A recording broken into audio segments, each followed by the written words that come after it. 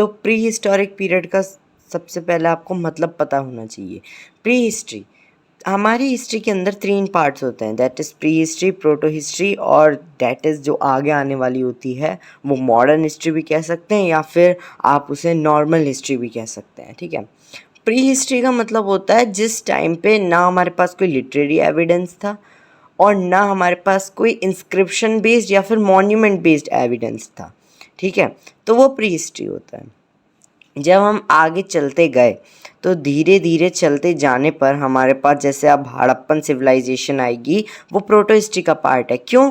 क्योंकि वो जो है उसमें हमारे पास लिटरेरी एविडेंस है, हम उसे अभी तक डेसिफर्ड नहीं कर पाए हैं, उसके बारे में उसकी जो जिस तरीके से लिखा हुआ है उस नॉलेज को हम पता नहीं लगा पाए हैं। तब भी हमने बहुत हद तक वो कर लिया कि हाँ ये उस टाइम पे लिटरेरी एविडेंस था, उन लोगों को लिखना आता था, तो हमने इसे प्रोटो हिस्ट्री में।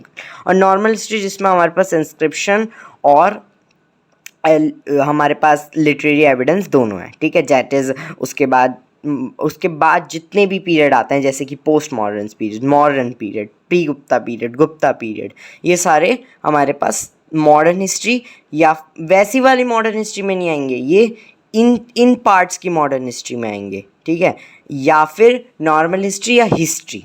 ठीक है, चलिए अब मैं स्टार्ट करता हूँ। प्री हिस्ट्री हमारी हिस्ट्री का सबसे फर्स्ट पार्ट है। ये आपको कई बुक्स के अंदर नहीं मिलेगा, तो मेरी जो ये बुक है आप इसे परचेज़ कर सकते हैं अमेज़ॉन से। ये पूनम दलाल दहिया की बुक है, एंशिएंट मेडिवल इंडिया। तो इसमें डिटेल डिस्क्रिप्शन में पूरी प्री हिस्ट्री दे रखी है, मैं आपको पूरी प्री हिस्ट्री समझा दूँगा।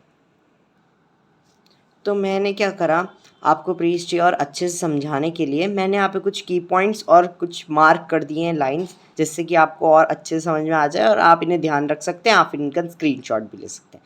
नंबर 1 पॉइंट आपको पता होना चाहिए, इंडिया की प्री हिस्ट्री। ठीक है, इंडिया की बात हो रही है, हाँ ये वर्ड की बात नहीं हो रही। इंडियन प्री हिस्ट्री के जो फादर थे वो थे रॉबर्ट ब्रूस फूटे, जो कि आप यहाँ पर भी देख सकते हैं, ये हैं रॉबर्ट ब्रूस फूटे। इनका नाम यहाँ पर भी आ जाता है रॉबर्ट, ये रहा रॉबर्ट और ब्रूस फूटे।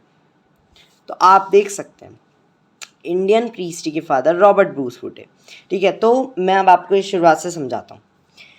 The history and identify of human settlements in India go back to the prehistoric times, जो मैंने आपको बता दिया। I discuss above that prehistoric period is the period before the development of script, therefore our knowledge of this period is based only on materials found in archaeological evidence। ठीक है, तो मैंने क्या कहा था, हमारे पास कोई इंस्क्रिप्शन बेस्ड नहीं है, मतलब वो भी एक तरीके के लिटरेरी सोर्सेज थे, और हमारे पास वैसे कोई लिखे हुए पेपर पे या कोई ऐसे लिटरेरी सोर्स नहीं है। अब दोनों ही नहीं है, बट हमारे पास आर्कियोलॉजिकल एविडेंस का मतलब जो पत्थर वगैरह मिले हैं, जो आर्कियोलॉजिस्ट ने डिस्कवर कर लिए, उन्हें आर्कियोलॉजिकल एविडेंस बोल दिया गया। ठीक है, तो ये होती है, ये उस टाइम की थी कि किस तरीके से जब स्ट्रिप नहीं बनी थी, उससे पहले से भी जो चीज़ें थी उनको पता लगाने के लिए वहाँ के मटेरियल स्ट्रक्चर को देख करके, ठीक है, उससे पता लगाया गया। Now the credit for doing an early extensive study of Indian prehistory goes to Robert Bruce Foote. और इन्होंने जो है सबसे पहले इंडियन प्री हिस्ट्री की स्टडी करना, या आर्कियोलॉजिस्ट एक तरीके से ये भी आर्कियोलॉजिस्ट ही हैं, ठीक है, तो वो करना वो सबसे पहले इन्होंने करा था, इस वजह से इन्हें father of pre history, Indian pre history कहा जाता है। ठीक है, अब आप एक और बात देख लीजिए, फर्स्ट पैलियोलिथिक टूल। ठीक है, पहला पैलियोलिथिक टूल जो पाया गया था उसका नाम जो रखा था वो भी रॉबर्ट ब्रूस फूटे ने ही ढूंढा था, और उसका नाम रखा गया था पल्लवरम हैंडेक्स। ठीक है, आप यहाँ पे देख सकते हैं, यहाँ पे आपको नाम दिख रहा होगा, द पल्लवरम हैंडेक्स। ठीक है, द पल्लवरम हैंडेक्स, तो ये है। तो फर्स्ट जो टूल पाया गया था उसका नाम भी पल्लवरम हैंडेक्स था। ठीक है, उसके बाद क्या हुआ, later he discovered a large number of sites in South India. तो पहले वो नॉर्थ इंडिया में गए, क्योंकि देखिए हर चीज़ की शुरुआत नॉर्थ इंडिया से ही होती है। जितने इन्वेंशन हुए हैं, इंडो ग्रीक्स आए हैं, जितने भी आए हैं, मौर्यंस वगैरह, ये सब ज़्यादातर इनका एरिया मॉडर्न नॉर्थ इंडिया में ज़्यादा था, मॉडर्न या फिर नॉर्थ इंडिया। ठीक है, नेक्स्ट है the contribution of sir Mortimer wheeler is equally significant. और सर मॉर्टिमर व्हीलर जो कि सेकंड नंबर के माने जाते हैं या फिर इनके कंटेम्प्रेरी माने जाते हैं, इन दोनों ने मिलकर के करा था, बट फर्स्ट जो है वो ध्यान रखिएगा हमेशा रॉबर्ट ब्रूस फूटे ही हैं। ठीक है, उन्होंने भी साथ दिया था, इसलिए इनका भी नाम आता है। अब आते हैं हम 3 पीरियड पे। ठीक है, हमारे पास 3 पीरियड है कुल मिलाकर के। प्री हिस्ट्री के अंदर 3 पीरियड होते हैं। ओल्ड स्टोन एज पीरियड जिसे कि पैलेलिथिक पीरियड कहा जाता है, late stone age, mesolithic, new stone age, neolithic. ठीक है, आप इन सबको मार्क कर लीजिएगा और इनके आप स्क्रीनशॉट ले सकते हैं अभी। तो ये 3 पीरियड्स आते हैं।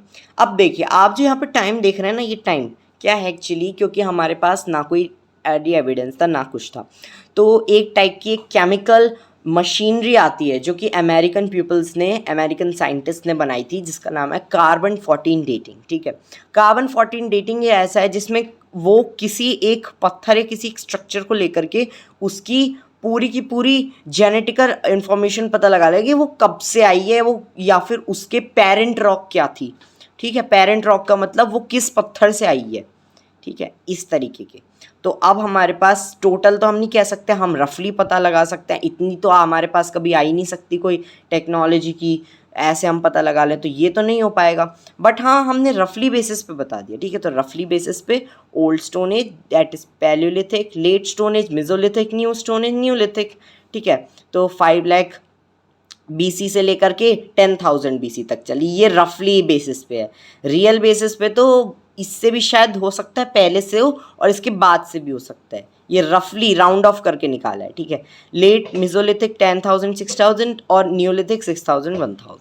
ठीक है, अब हम नंबर 1 पे चलते हैं, that is palaeolithic age. Palaeolithic age को हंटर्स एंड फूड गैदर्स का क्यों कहा जाता है, देखिए मैं आपको क्लियर कर दूँ कॉन्सेप्ट आपका, क्योंकि फिर आपको इतना ऐसे पढ़ना नहीं पड़ेगा, मैं इतना वो नहीं करूँगा, मैं आपको पहले ही समझा दूंगा ना, फिर आपको उसकी भी ज़रूरत नहीं है। देखिए सबसे पहले जब पत्थर बने थे, तो जब इंसान जो थे सबसे पहले उन्हें ये नहीं पता था कि क्या करना है, वो इस धरती पे आए थे। जैसे जब कोई भी इंसान इस धरती पे आता है तो उसके मम्मी पापा उसे बताते हैं, माँ बाप और रिश्तेदार वगैरह सब बताते हैं कि आपको क्या करना है, या आप सिखाते हैं, उसे बड़ा करते हैं।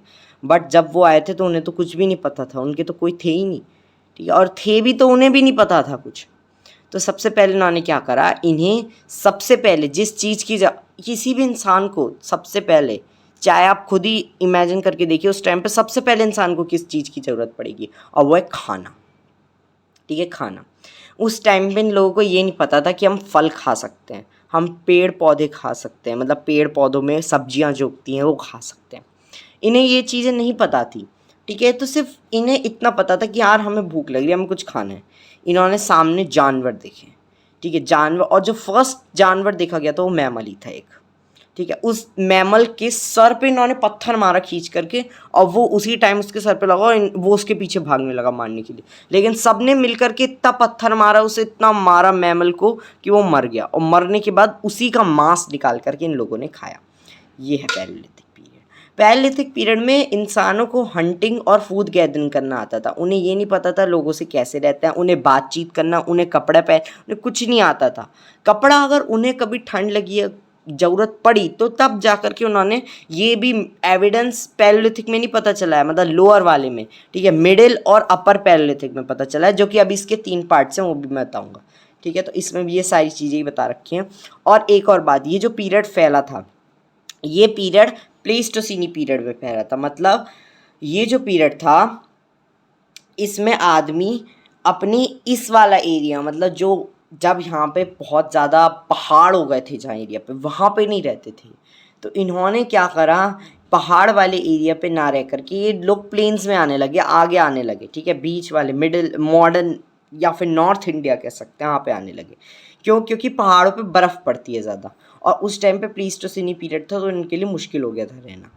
ठीक है, और अपर पैलियोलिथिक और अभी मेसोलिथिक पीरियड जो आप यहाँ पे लिखा हुआ भी है, यहाँ इस पीरियड तक आते आते ये सारी चीज़ें जो थी, ये सारी चीज़ें ख़त्म हो चुकी थी। ठीक है, ये प्लीस्टोसिनी के बाद होलोसिनी पीरियड है, जिसमें कि जो तापमान था वो धीरे धीरे गर्म होने लगा था। ठीक है, होलोसिनी और प्लीस्टोसिनी ये पीरियड क्यों हुए थे, ये भी मैं आपको एक नेक्स्ट वीडियो में बताऊंगा, तो stay tune to my channel. देखिए आप देख सकते हैं, मैंने कहा था ना प्लीस्टोसिनी या फिर आइस एज, क्योंकि उस आइस एज वही थी जिसमें कि पूरा जो हमारी अर्थ थी वो उस टाइम बहुत ठंडी थी और बर्फ़ से कवर थी कई कई जगह, और पहाड़ तो बिल्कुल ही बर्फ़ से कवर हो गए थे। तो लोगों को बहुत मुश्किल से रहना पड़ता है, कुछ लोग तो इससे ही मर जाते थे। It was spread practically all parts of India except the alluvial plains of the Indus and Ganga। ठीक है। तो इंडस और गंगा के एलुवियल प्लेन्स का मतलब है फर्टाइल लैंड जो होती है, ठीक है, गंगा और इंडस की, वहाँ को छोड़ करके, सदर्न तमिलनाडु को छोड़ करके, और वेस्टर्न घाट्स जो कि इधर की साइड आते हैं, ठीक है, इधर वाली दूसरी साइड जो आ जाते हैं, मतलब अरेबियन सी की तरफ जो हैं वो जाते हैं हमारे पास वेस्टर्न घाट्स, ठीक है। तो वेस्टर्न घाट्स, तो ये रीजन्स थे जहाँ पे ये जो एरिया था, ये नहीं, ये जो था पैलियोलिथिक पीरियड, ये नहीं फैला था, यहाँ पे लोग नहीं फैले थे, यहाँ पे थे नहीं लोग, जानते नहीं थे ना लोग, ठीक है। उसके बाद अब यहाँ पे आ जाते हैं हम, the prehistoric man who belong to the species of Homo erectus, prehistoric man जो कि होमो इरेक्टस की स्पीशीज़ से बिलोंग करते थे, ठीक है, did not have a complex language, उनकी कोई कॉम्प्लेक्स लैंग्वेज नहीं थी, ठीक है, उन्हें ये नहीं पता था कि क्या कॉम्प्लेक्स लैंग्वेज क्या होती है, ठीक है, उनकी कोई कॉम्प्लेक्स लैंग्वेज नहीं थी, उन्हें लैंग्वेज ही नहीं थी, आप ये कह सकते हैं। यहाँ पे कॉम्प्लेक्स वर्ड जो है ना, अगर आप इन्हें इसे ना भी जोड़ना चाहें तो भी आप यहाँ कह सकते हैं इनकी लैंग्वेज ही नहीं थी, ठीक है। होमो इरेक्टस जो थे ये सिर्फ एज ए साइन बताते थे कि ये जानवर आ रहा है, इसे मार सकते हैं, दूसरे लोग इसे ही समझ जाते थे, दिमाग था लेकिन बोलना तरीका ये सब नहीं जानते थे, सीखा हुआ नहीं था इनका दिमाग। नेक्स्ट है, अब इसके थोड़े और इम्पॉर्टेंट चीज़ें देख लेते हैं हम, way of life and main characteristics, ठीक है। अब इनकी मेन कैरेक्टरिस्टिक्स तो देखते हैं। The Palaeolithic man of India are said to have belonged to the Negrito race and lived in open air, river valleys, caves and rock shelters। देखिए, race का मतलब पता है आपको, रेस मतलब जैसे कास्ट, रिलीजन, रेस, ये सारी जातियाँ होती हैं, ठीक है। कास्ट, रेस मतलब वो किस जाति का है, उसका कलर कैसा है, ठीक है, उसका बिहेवियर कैसा है, ये सब ये चीज़ें पता लगाती हैं। तो पैलियोलिथिक मैन जो थे ना, उन्हें माना जाता है कि वो नेग्रितो रेस से बिलोंग, नेग्रितो एक रेस होती है, ठीक है, रेस वो वाली भागने वाली रेस नहीं है, ये रेस उनकी कास्ट, उनके बिहेवियर, उनकी कलर को देख करके पता लगाया जाता है। तो मतलब उनका जो बिहेवियर था वो ज़्यादातर ओपन एरियाज़ में रहने का था, तो उनके पास केव्स तो होते नहीं थे, वो अपने आप बनाते नहीं थे, तो उन्हें ओपन एरियाज़ में रहना ही पसंद होता था, ठीक है। तो नेग्रितो रेस से बिलोंग करते थे और वो रहते थे ओपन एयर में, रिवर वैलीज़ में, केव्स में एंड रॉक शेल्टर्स में, ठीक है, यहीं रहा करते थे ज़्यादातर। अगर मेरी बात माने आप, तो ज़्यादातर वो ओपन एयर में ही रहते थे, ठीक है। ओपन एरिया को आप ओपन एयर को मार्क कर लीजिए और इसे लिख लीजिए, क्योंकि ओपन एयर में ही रहते थे वो लोग। नेक्स्ट है, they were food gathering people who lived on hunting and gathered wild fruits and vegetables. So वो फूड गैदरिंग पीपल थे, मैं आपको पहले ही बता चुका हूँ, उन्हें नहीं आता था वो फूड, वैसा वाला फूड नहीं कह रहा है, वो हंटर्स मार करके और फिर आने वाले पीरियड में, जैसे मिडिल पैलियोलिथिक और अपर पैलियोलिथिक, जो कि पैलियोलिथिक के भी 3 पार्ट्स हैं, उनमें इन्हें क्या हुआ, एक आदमी ने, मान लीजिए किसी ने सेब खाया, कोई जहरीला सेब है, किसी सांप ने डस लिया, या फिर कोई ऐसा जहरीला फल खा लिया जिससे वो आदमी मर गया। अब उसे तो कुछ होगा नहीं, अब मतलब उसे क्या पता चलेगा कि मैंने क्या खाया, वो तो मर गया, ठीक है, वो तो गया। उसके अलावा जिन लोगों ने देखा तो उन्होंने क्या मार्क कर दिया कि ये जो चीज़ है ये जहरीली है, इसे हमें नहीं खाना। किसी और आदमी ने कोई सही चीज़, बनाना, केला वगैरह कुछ खाया, वो उसे सही लगी खाने में और उसमें कोई जहरीलापन नहीं, तो और लोगों ने भी उसे ही खाना स्टार्ट कर दिया। ये था पीरियड, ठीक है, समझे आप, ये होता है। तो उसमें क्या था, वाइल्ड फ्रूट्स एंड वेज, मैंने कहा ना वाइल्ड माने जंगली फ्रूट खा लिया या कोई जहरीला फ्रूट खा लिया, उस पर ही रहा करते थे वो लोग, मर जाते थे, लेकिन कुछ लोगों को ये तो पता चल जाता कि ये जहरीला, ऐसे नहीं खाना। नाउ नेक्स्ट पे आ जाते हैं, they had no knowledge of agriculture, house building, pottery और एनी मेटल। देखिए, इस पीरियड में इंसान को ये नहीं पता था खेती क्या होती है, इस पीरियड में उन्हें कोई मेटल के बारे में नहीं पता, इस पीरियड में उन्हें पॉटरी मतलब जो मटके होते हैं ना, मटके, अलग अलग शेप के मटके, वेसल्स जो होती हैं बड़ी बड़ी सी, बोतल टाइप सी या छोटी छोटी मोटी मोटी, ये जो आर्ट जिसे कह सकते हैं ना, पोट्री को एक तरीके से आर्ट, वो नहीं आती थी इन्हें। हाउस बिल्डिंग, इन्हें घर बनाने नहीं क्या, क्योंकि ये नेग्रितो रेस से बिलोंग करते थे, नेग्रितो रेस भी क्या है, लेकिन इन्हें कुछ पता ही नहीं था ना। नेक्स्ट है, it was only in later stages that they attend the fire of knowledge. अब क्या हुआ, पैलियोलिथिक के भी 3 पीरियड बटे हुए हैं, ठीक है। यहाँ पे पैलियोलिथिक एज जो है वो 3 फेजेस में डिवाइडेड, मैं आपको बहुत अच्छे से समझा दूंगा, या अभी रुक जाइए।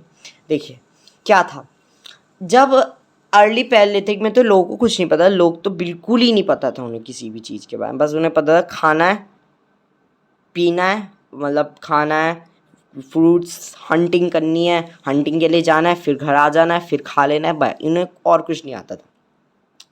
मिडिल में धीरे धीरे उन्हें टूल्स शार्प करने आए अपने, ठीक है, उसमें ठीक है धीरे धीरे शार्प किया और चीज़ों की थोड़ी नॉलेज आने लगी। अपर में आते आते उन्हें बहुत नॉलेज आ गई थी, इस लायक भी नहीं नॉलेज आई थी वो, तब भी उन्हें ऐसी नॉलेज आ गई थी कि किसी ने एक दो दो पत्थरों को रगड़ा और फायर निकल गई, और तभी से ही उन्होंने अपने खाने को पकाना भी स्टार्ट कर दिया। तो कभी कभी एविडेंस मिले हैं पकाने के भी कि उन्होंने अपर में पकाया था, ठीक है, अपने खाने को, उसका मतलब उन्हें फायर की नॉलेज आ चुकी थी। तो उसमें ये लिखा हुआ है कि लेटर स्टेजेस में ना आ गई थी। लेटर स्टेजेस का मतलब पैलियोलिथिक के लेटर स्टेजेस, ये स्टोन एज के लेटर स्टेजेस नहीं कह रहे ये लोग। In the upper Palaeolithic period evidence of art appears, ठीक है, अपर पैलियोलिथिक जो लास्ट पैलियोलिथिक पीरियड था ना, उसमें आर्ट का एविडेंस भी मिला था, और ये रियलिटी है, सच्ची में उसमें आर्ट का एविडेंस मिला हुआ है। Man during this period use, इस पीरियड में मैन क्या थे, अनपॉलिश अनरफ, क्योंकि उन्हें कुछ नहीं पता था, किसी चीज़ के बारे में नहीं पता था, तो वो क्या करते थे, उन्हें रगड़ना भी नहीं आता था। और अपर में आते आते ना उन्होंने जब रगड़ना सीखा तो रगड़ते रगड़ते उन्होंने आग तो निकाली, उसके साथ उनके टूल्स भी घिसे जिससे कि वो नुकीले होते गए, ठीक है, ये था।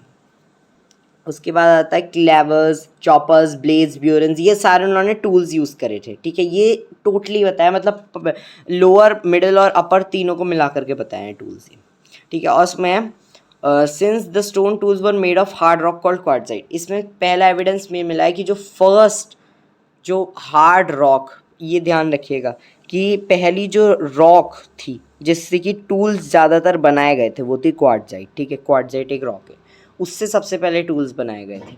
और इसी वजह से पैलियोलिथिक मैन्स जो होते हैं उन्हें क्वार्टजाइट मैन भी कहा जाता है इंडिया में, ठीक है, आप देख सकते हैं यहाँ पे लिखा हुआ quartzite man.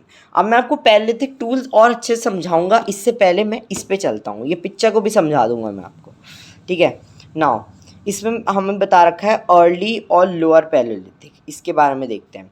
Use of hand axes, choppers and cleavers mainly for chopping, digging, skinning, ठीक है, इन्होंने हैंड एक्स का यूज़ करना सीखा, चॉपर्स का यूज़ करना सीखा, क्लेवर्स का यूज़ करना सीखा, और किस चीज़ के लिए, चॉपिंग के लिए, डिगिंग के लिए और स्किनिंग के लिए। जो फर्स्ट ये लोअर पहले थे क्यों, तो इनको इतना वो नहीं आता था, और पहला तो मैंने आपको बता ही दिया पल्लवरम हैंडेक्स भी लिया, तो इसका मतलब हैंडेक्स तो होगी ही होगी। और वो हैंडेक्स कैसी होती थी, क्या करा उन्होंने, डंडी ली और डंडी में ऐसी लकड़ी है, वो जो पत्थर ऐसी धाड़ धाड़ धाड़ मारा जिससे डंडी के अंदर वो घुस ही गया, चाहे हल्का फुल्का भी घुसा वो घुस गया, ठीक है, ऐसी बन गया। वो भी रफ था पत्थर, वो भी बहुत वैसा वाला नुकीला पत्थर नहीं होता था, मोटा मोटा सा पत्थर होता था, ठीक है, तो ऐसा था वो। नेक्स्ट है दीज टूल्स वर यूज, देखो आप देख सकते हैं यहाँ पे रफ और हैवी लिखा हुआ है, इसका मतलब रफ भी थे वो, भारी भी थे वो। लाइट, अगर ये लोग लाइटर टूल्स यूज़ करते तो उनके हाथ पे ज़्यादा दबाव पड़ता, जो कि इन्होंने आगे करा है। और रफ की बजाय पॉलिश टूल्स यूज़ करते तो ये लंबे समय तक सही भी रहते ही, है ना। नाउ अब आप यहाँ पे देख सकते हैं इन सब जगहों में ये सारे जितने भी अर्ली पैलियोलिथिक टूल्स हैं, ठीक है, अर्ली या फिर लोअर कह सकते हैं, ये सारे मिले, आप इनका स्क्रीनशॉट ले सकते हैं और आप इन्हें सेव कर सकते हैं। ये बहुत इंपॉर्टेंट चीज़ें हैं क्योंकि ये एग्ज़ाम में ज़रूर पूछी जाती है। चलिए अब हम नेक्स्ट पे चलते हैं, middle Palaeolithic. Use of stone tools made of flix mainly scrapers, borers, points, blades, tools, ठीक है। देखिए क्या था, जब मैंने आपको बता ही दिया है मिडिल पैलियोलिथिक एक तरीके से कह सकते हैं आप इसे ट्रांजिशन पीरियड। जब भी हम किसी एक ऐसी चीज़, जब हमें किसी चीज़ की नॉलेज नहीं है, उससे आने पे हमें बहुत सारी नॉलेज आ गई, तो हमें बीच में कोई पीरियड रखना पड़ेगा, नहीं रखना पड़ेगा कि यहाँ से यहाँ आया, मतलब कोई एक बेकार से एक टॉपर की रेंज में आते ही है चीज़ कोई, ठीक है, कोई अगर एकदम पुअर से टॉपर आती है तो एवरेज भी होता है ना उसमें बीच में, वैसे ही यहाँ पे काम हुआ है, ठीक है, मिडिल पैलियोलिथिक। और इसी वजह से मैं आपको बताऊं पैलियोलिथिक और न्यूलिथिक में बिल्कुल अंतर नहीं है, पैलियोलिथिक भी सिंपल है और न्यूलिथिक में बहुत ही एडवांस हो गया था, ठीक है। और मेसोलिथिक क्या, एक ट्रांजिशन पीरियड है, ये होता है, ठीक है, ऐसी ही है। इसमें भी बस टूल्स जो थे थोड़े टफ हो गए थे, और यहाँ पे आप देख सकते हैं नए टूल्स, स्क्रैपर्स, बोरर्स, ये पॉइंट्स नहीं है, ये पेंट्स है, ठीक है। पेंट्स क्या होते हैं, पेंट्स ना आपने देखे होंगे वो नुकीले नुकीले ऐसे होते हैं, ऊपर से ट्राइंगल शेप के और नीचे से ट्राइंगल से होते हैं, ऊपर नुकीले से ऐसे करके बनते हैं वो, ठीक है। और blade like tools, blade like tools कैसे, मतलब इन्होंने क्या करा, एक जगह से घिस दिया उसे और घिसने के बाद वहाँ से ही यूज़ कर रहे, वो थे ब्लेड लाइक टूल्स, ठीक है। नेक्स्ट है दीज टूल्स बिकेम स्मॉलर, और ये स्मॉलर होते गए, ठीक है। ये टूल्स जो थे छोटे होते गए और डिक्रीज हो गया हैंड एक्स यूज़ करने में। हैंड एक्स क्योंकि भारी होती थी, लोगों के हाथ पे असर पड़ता, तो इन तरीके के टूल्स को यूज़ करते थे, ठीक है। ऐसे छोटे छोटे टूल्स को यूज़ करते थे। और आप यहाँ पे देख सकते हैं, इसके भी यहाँ पे एग्जाम्पल बता रखे हैं मिडिल पे, यहाँ पे आप ले सकते हैं स्क्रीनशॉट, ये सही चीज़ है। चलिए अब हम नेक्स्ट उस पर चलते हैं, नेक्स्ट पे आते हैं। नेक्स्ट है अपर पैलियोलिथिक, बहुत important. This period is marked by the innovation tools and, सच्ची में ये पीरियड जो था ये इनोवेशन तो हुई थी, टूल्स में भी हुई थी और टेक्नोलॉजी में भी, दिमाग में भी, सोच में भी, ब्रेन में भी, मन में भी, हर चीज़ में हुई थी इनकी, ठीक है। टूल्स में भी टेक्नोलॉजी। अब पैरेलल साइड ब्लेड्स, पहले यहाँ पे जो ब्लेड्स बने थे वो ऐसे थे कि हाँ होते थे लेकिन अच्छे खासे नहीं लगते थे वो ब्लेड्स लाइक, लेकिन यहाँ पे दोनों तरीके से उन्होंने इतना घिस करके उसे एकदम पूरा ब्लेड बना दिया, और बहुत पतला होता था वो, ठीक है। इतना भी पतला नहीं ब्लेड होता था, क्योंकि पत्थर का बन रहा है तो कितना पतला कर लेंगे ना, टूट जाएगा फिर पत्थर। ब्यूरेंस, ब्यूरेंस क्या होता है मैं बताऊँ, देखिए आप स्क्रू देखा है आपने, स्क्रू, स्क्रू जो उसमें लगाया जाता है दरवाज़ों में, खिड़की में, या फिर किसी भी चीज़ में, वो स्क्रूज़ जो होते हैं, किसी भी आपके मैकेनिकल चीज़ में हर में स्क्रू रखते ज़रूर है, ठीक है। तो स्क्रू जो होते हैं वही थे ब्यूरेंस। ब्यूरेंस जो थे स्क्रू की तरह ही होते थे, ऊपर से हल्के से वैसे और नीचे से नुकीले नुकीले से हल्के से फ्लैट होते थे, ऐसे होते थे। और some instances of bone tools, हाँ ये ध्यान रखिएगा, अपर पैलियोलिथिक में बोन टूल्स के एविडेंस मिला, मतलब मैमल्स के जो बड़े बड़े दांत होते थे उन्हें जब मार दिया जाए तो मैमल्स को, तो उन दांतों को ही निकाल लिया जाए और उनसे भी टूल्स बना दे, क्योंकि वो तो पहले से ही इतने नुकीले होते थे, ठीक है ना।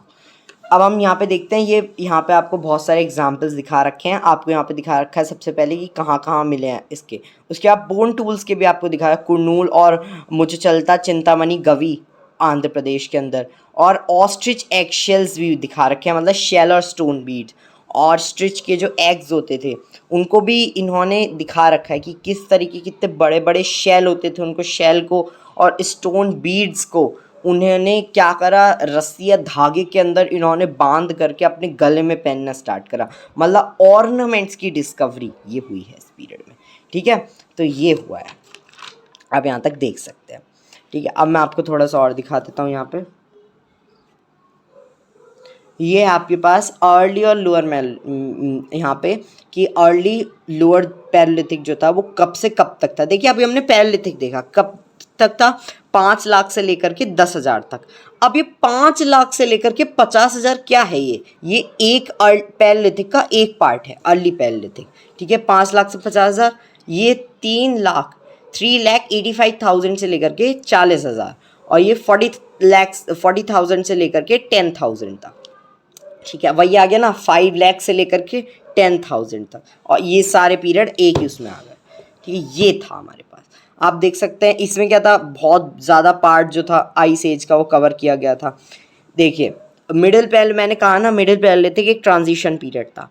अब इसे भी इस्टेब्लिश क्यों किया गया, एक एच डी संकलिया नाम के एक व्यक्ति थे, उन्होंने इस चीज़ की खोज की थी बहुत पहले 1960 में खोज की थी, ठीक है। इस वजह से उनके नाम पर, ठीक है, उन्होंने जहाँ खोज करी थी वो निवासन इंडस्ट्री जो थी, जो उन्होंने खोज कर करके नाम पे बनाई थी निवासन इंडस्ट्री, उसी के नाम, ठीक है, वो कहाँ पे नाम पे बनाई गई थी, नेवासा महाराष्ट्र पे।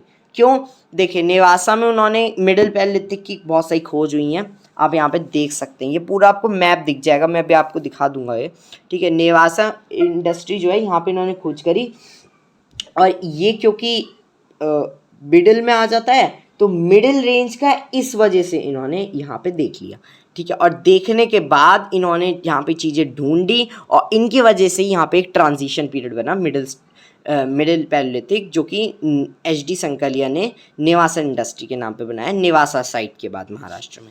नेक्स्ट है लेट या फिर अपर पैलेलिथिक, ठीक है, लेट भी कह सकते हैं आप। नेक्स्ट है होमोसेपियंस। देखिए मैं आपको एक नई वीडियो एक और लाऊंगा, उसमें मैं आपको बताऊंगा कैसे मैन का इवोल्यूशन हुआ था। मैन का इवोल्यूशन सच्ची में बहुत अलग था। मैन जो थे वो ऑस्ट्रेलोपिथेकस से लेकर के अभी जो हम हैं, हमारा भी एक नाम है और हम है Homo sapiens sapiens, double sapiens लगता है हमारे नाम के बाद। और ये क्या है, सिर्फ होमो सैपियंस। और इन्हें क्या कहा जाता था, वाइज मैन। क्यों? क्योंकि इन्होंने बहुत दिमाग था। इसलिए अपर पैलेलिथिक में होमो सैपियंस जो थे, इस एंड में जब मेसोलिथिक एज आई गई थी तब ये अपीयर हुए थे। ठीक है। और इसमें क्या था, इससे जो थी इंसान की कॉग्निटिव कैपेबिलिटी बढ़ती गई थी, मतलब दिमाग सोचने की शक्ति।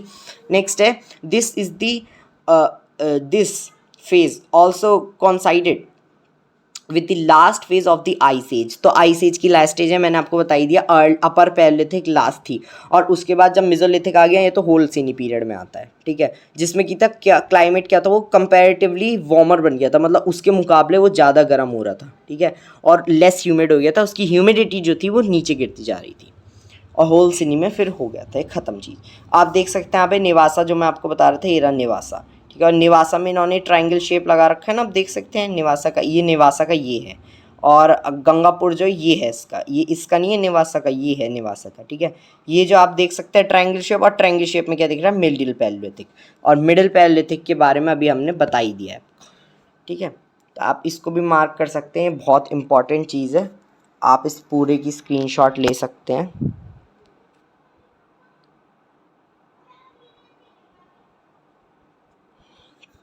चलिए, अब मैं आपको इसे ग्राफिकल रिप्रेजेंटेशन में दिखा देता हूँ। आपको ये जितनी पिक्चर है पैलेलिथिक टूल्स की, आप और अच्छे से इन टूल्स के बारे में जो मैंने आप यहीं पे पढ़ा है वो यहाँ पे आप अच्छे से समझ सकते हैं। देखिए, सबसे पहले मैंने आपको बताया क्या थे। सबसे पहले याद करिए, लोअर पैलेलिथिक में क्या थे, रफ टूल्स चले थे, इतने पॉलिश नहीं थे, क्योंकि पैलेलिथिक में ही माना जाता है रफ टूल्स चले। बट अपर में आते आते तो हो गया ना, लेकिन हम तब भी क्या मानेंगे कि रफ ही चले थे एक तरीके से। मिजो में ठीक ठाक चले थे, पॉलिश चले थे, छोटे चले थे, और उसके बाद नियोलिथिक में बहुत एडवांस हो गया था। तो लोअर पैलेलिथिक आप देख सकते हैं यहाँ पे बड़ा टाइप का टूल चला है और ये रफ है। ठीक है, ये लोअर पैलेलिथिक में इन्वॉल्व होता है। ये यहाँ पे ये भी बड़ा दिख रहा है आपको, यहाँ से कहीं कोई कांटा सा या फिर आपको कोई नुकीलापन दिख रहा है इसमें? नहीं दिख रहा, ये बिल्कुल पत्थर पत्थर है। तो दोनों ही, ये भी लोअर का है, ये भी लोअर का है। ये वाला ये किस चीज़ का है, देखिए ध्यान से देखिए, आपको कुछ यहाँ पे नुकीलापन दिख रहा है। ये देखिए, ये साइड में हल्के हल्के से ऐसा लग रहा है ऐसे किसी ने पॉलिश कर रखा हो, ये शाइन मार रखी है उस चीज़ में। ठीक है, उसी चीज़ में यहाँ पे भी हल्का सा ये देख सकते हैं आप। और इसमें यहाँ पे एक बीच में लाइन बन रही है, जिससे पता चलता है ये वाला हिस्सा रगड़ा हुआ है। इसका मतलब क्या पता चलता है कि हाँ, एक ट्रांजिशन हो रहा है, कि इससे फिर हमारे पास छोटे आ सकते हैं। ठीक है, यही है, बस यही आपके पास आ जाता है। और ये जो है ना, ये वाला, ये जो है, ये हमारे पास मिडिल पैलेलिथिक पीरियड का है। समझ चुके हैं? अब यहाँ देखिए, ये नुकीलापन आ जाता है। अब ये नुकीलापन है, इसका मतलब क्या है, ये मिडिल पैलेलिथिक में भी आ सकता है, ये अपर में भी आ सकता है। बट ज़्यादातर किस में आएगा, ये किस में आएगा, आप सोचिए। अगर नुकीला है तो अपर में आएगा। ठीक है, क्यों? क्योंकि यहाँ पे पूरी तरीके से ट्रांजिशन हो चुका है। मिडिल में हाँ हम इन्वॉल्व कर सकते हैं इसे, लेकिन अपर में माना जाएगा। और ये जो मिला है, ये तो लग ही रहा है साफ कि छोटा भी है, साथ साथ में नुकीला भी है। ठीक है, और ये ब्यूरिन लगता है, मतलब यही होता है जो हमारे पास वो है ना स्क्रू, वो यही है, वो यही है ब्यूरिन। और इसे भी आप स्क्रू भी कह सकते हैं, यही है वो, ऐसा लगता था। तो इसे ब्यूरेंस का नाम दे दिया गया ना, मतलब एक तरीके से स्क्रू, दैट इज़ ये भी अपर पैरेलिथिक का ही है। ठीक है, तो आई होप गाइज आप समझ चुके होंगे आज आप पैरेलिथिक पीरियड। तो बहुत लंबा सेशन हो चुका है ये। अब मेसोलिथिक पीरियड और न्यूलिथिक पीरियड को हम नेक्स्ट क्लासेस में इन्वॉल्व करते जाएंगे। Till then bye, and please subscribe to my channel. Thank you.